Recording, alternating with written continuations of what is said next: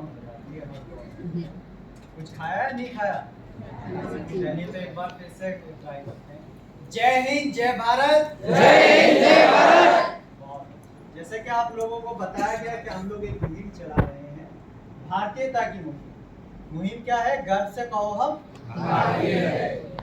सबसे पहले बताना चाहूंगा, हम लोग धार्मिक एकता ट्रस्ट से हैं और उसी के तहत ये मुहिम चलाई जा रही है। इसका जो हमारा संदेश है वो ये है कि आज हमारे देश में जिस भी प्रकार का भेदभाव होता है, वो जाति का हो, धर्म का हो, भाषा का हो, क्षेत्र का हो, लिंग का हो, या अन्य जिस भी प्रकार का जो भी भेदभाव है वो समाप्त होना चाहिए। क्योंकि जब तक हमारे देश में भेदभाव रहेगा या किसी भी देश में किसी भी प्रकार का जब तक भेदभाव रहता है, वहां कहीं ना कहीं आपको देखने के लिए मिल जाएगा कि उस चीज के कारण उस देश की उन्नति, उस देश का विकास रुक रहा हो। तो आज हमें भी शायद ऐसा देखने को मिल रहा है। आप लोग भी अपने आसपास महसूस करेंगे कि जहां भी भेदभाव हो रहा होगा, जहां भी मानसिकता के लोग होंगे, वहां आप लोग देखेंगे कि उतना विकास नहीं होगा, उतना उन्नति देश नहीं कर रहा होगा। और आप लोगों को ये मानना पड़ेगा कि देश को आजादी हर एक चीज से चाहिए थी। देश को आजादी अंग्रेजों के साथ साथ भेदभाव से भी चाहिए थी, मगर उन अंग्रेजों से तो हमने आजादी ले ली, क्या हमने भेदभाव से भी आजादी ली? क्या भेदभाव को भी हम मिटा पाए? क्या भेदभाव को भी अपने से दूर भगा पाए, अपने देश से बाहर कर पाए? नहीं कर पाए हम लोग। कहीं ना कहीं वो चीजें रह गई हमारे अंदर, और वो तब रह गई जब बाबा साहेब अम्बेडकर जी ने संविधान लिखा और संविधान में सबको बराबर का हक दिया। जैसे हमारी बहनों को पढ़ने का हक दिया, साथ में बैठने का हक दिया, उससे पहले कहीं ना कहीं बहनों के साथ भेदभाव होता था, पढ़ने नहीं दिया जाता था, साथ बैठने नहीं दिया जाता था। तो बाबा साहेब अम्बेडकर जी ने जब संविधान के अंदर हमें वो हक दे दिया, सबको समान बता दिया, सबको एक समान हक दे दिया, उसके बाद भी हम कौन होते हैं? अपने ही देश के, अपने ही संविधान के खिलाफ जाने वाले।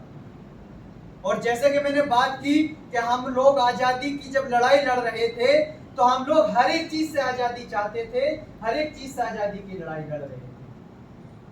भगत सिंह जी ने अपनी जान दे दी, भगत सिंह जी को फांसी हो गई। क्या इसलिए कि आज हमारा देश उन परिस्थितियों से भी ज्यादा खराब हो जाए? आज हम एक दूसरे से ही भेदभाव करने लगे, एक दूसरे से ही लड़ने लगे, एक दूसरे को ही ऊंचा नीचा दिखाने लगे? क्या इसलिए उन्होंने अपनी जान दी थी? नहीं, इसलिए नहीं दी थी। वो चाहते थे कि आने वाले जो पीढ़ियां हैं, आप और हम, वो चाहते थे कि हमारे लिए एक बेहतर भारत बने, हमारे लिए एक अच्छा देश बन पाए, जिससे हमारा फ्यूचर समझ सके, हमारा फ्यूचर अच्छा हो सके। जब वो लोग आजादी की लड़ाई लड़ रहे थे, जब वो लोग देश के लिए लड़ाई लड़ रहे थे, तो उन लोगों ने नहीं सोचा था, उन लोगों को नहीं पता था कि जिस देश के लिए हम लड़ाई लड़ रहे हैं, कल वहीं उसी देश में उन्हीं के आने वाले बच्चों पर, उन्हीं की पीढ़ियों पर हम जैसे या और कुछ लोग उनके साथ भेदभाव कर रहे होंगे, उनके साथ जो है किसी न किसी की तरह का अत्याचार कर रहे होंगे। उन लोगों ने तो इसलिए अपनी जान दी थी कि वो चाहते थे कि देश में सब एक समान रहे, सबका देश है तो सबके लिए विकास होना चाहिए, सबके लिए आजाद होना चाहिए। तो क्या आप लोग मानते हैं कि आज भी हमारा देश भेदभाव की गुलामी में जकड़ा हुआ है? मानते हैं या नहीं? इसे तोड़ना चाहेंगे? आप लोग इसका जिम्मा उठाना चाहेंगे? आज आप लोगों को एक बात बताना चाहूंगा, शायद कुछ लोग जानते होंगे, कुछ लोग नहीं जानते होंगे। यदि आप आज यहाँ बैठे हैं तो 5 साल पहले आपने ऐसा कुछ सोचा होगा, ऐसे विचार लाए होंगे, तभी आप यहाँ तक आ पाए, कॉलेज तक आ पाए, पढ़ रहे हैं। और अगले 5 साल में आपको क्या बनना है? अगले 5 साल में इस भेदभाव को मिटाना है, अगले 5 साल में आपको एक अच्छा देश बनाना है, एक अच्छा फ्यूचर आप चाहते हैं, तो आज आपको सोचना पड़ेगा, आज उस पर काम करना पड़ेगा। क्योंकि आज हम जिस पर काम करेंगे, जिस चीज के लिए काम करेंगे, अगले 5 साल में वही रिजल्ट हमें मिलने वाला है। तो अगले 5 साल में कैसा देश चाहते हैं आप लोग? कैसा देश चाहते हैं? भेदभाव से समाप्त वाला एक अच्छा देश? क्या चाहते हैं कि हमारे देश में एक ऐसी मेट्रो ये एक ऐसी सुपर फास्ट ट्रेन बने कि उसे जापान वाले लेने के लिए आए? चाहते हैं? ये चाहते हैं कि हमेशा जापान से ही लाते रहे? चाहते हैं ना हमारे देश में भी कुछ ऐसा हो कि और देश के लोग आए, मजबूर हो जाए ये कहने के लिए, मांगने के लिए कि हमें भी दे दो। हमें चीन से बेहतर देश को बनाना है, हमें जापान से बेहतर बनाना है, हमें अमेरिका से बेहतर बनाना है। अगर सुपर पावर बनना है तो आज आपको यहाँ सोचना पड़ेगा, क्योंकि देश का भविष्य आप लोगों के हाथ में है। ये आप लोग तय करेंगे कि हमारा देश कैसा होगा अगले 5 साल। तो क्या आप लोग ये जिम्मा उठाने के लिए तैयार हैं? क्या आप लोग देश को सुपर पावर बनाने के लिए तैयार हैं?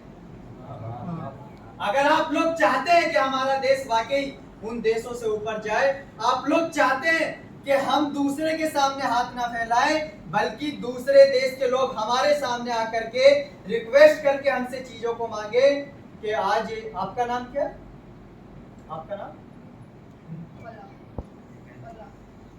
पलक।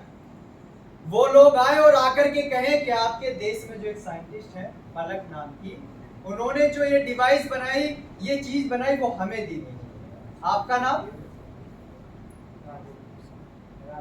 राधे। राधे जी, अगर आप चाहते हैं कि अगले 5 साल में ऐसा कुछ हो कि कोई अमेरिका से आए और आकर के कहे कि राधे जी को हमें दे दीजिए, ऐसा बंदा हमें चाहिए, ऐसा स्टूडेंट हमें चाहिए हमारी देश की उन्नति के लिए। क्या आप लोग चाहते हैं कि आप लोग ऐसे हीरा बने?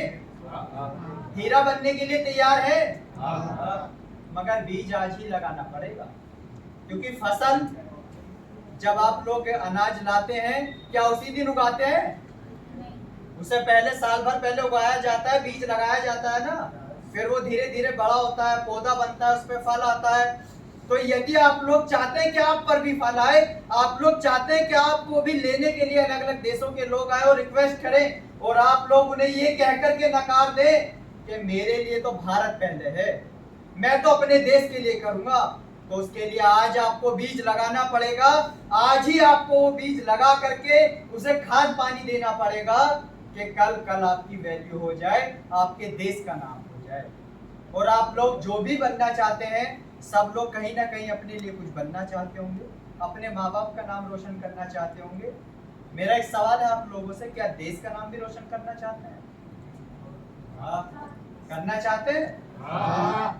तो उसके लिए मेहनत करनी पड़ेगी, देश प्रेम होना चाहिए। और आप लोगों को बता दूं, जैसे कि मैंने शुरू में कहा था और यही अपनी बात को खत्म करना चाहूंगा, कि अगर हम चाहते हैं ऐसा कुछ हो जाए तो हमें छोटी छोटी जो चीजें हैं सबसे पहले उन्हें खत्म करना पड़ेगा, जो हमारे डेवलपमेंट के, हमारे विकास के, हमारे फ्यूचर के आड़े आ रहा है। उन सब चीजों को दूर फेंकना पड़ेगा, खत्म करना पड़ेगा। और उसमें सबसे पहले आता है ये भेदभाव। ये भेदभाव की मानसिकता, जब हम लोग खुद को सुपीरियर मान रहे होते हैं और अपने सामने वाले को अपने से कमतर, नीचा, छोटा मान रहे होते हैं, तब हम भेदभाव कर रहे होते हैं। और यही भेदभाव हमें हमारे देश को कहीं ना कहीं जकड़ करके खींच रहा होता है। तो हमें यहाँ से शुरुआत करनी पड़ेगी, और इस शुरुआत से हमें वहां तक जाना है कि दूसरा देश मजबूर हो जाए ये कहने के लिए कि हमें तो भारत जाना है, और भारत से ही वो ट्रेन, वो प्लेन या वो डिवाइस लेकर के आए। तो आप लोगों से उम्मीद करता हूं कि आप लोग आज वो बीज लगाएंगे, आप लोग आज ऐसा बीज लगाएंगे कि अगले 5 साल में वो बीज एक अच्छा फल बन करके आएगा, एक अच्छा फल बन करके आएगा। बहुत बहुत शुक्रिया। जय हिंद, जय भारत।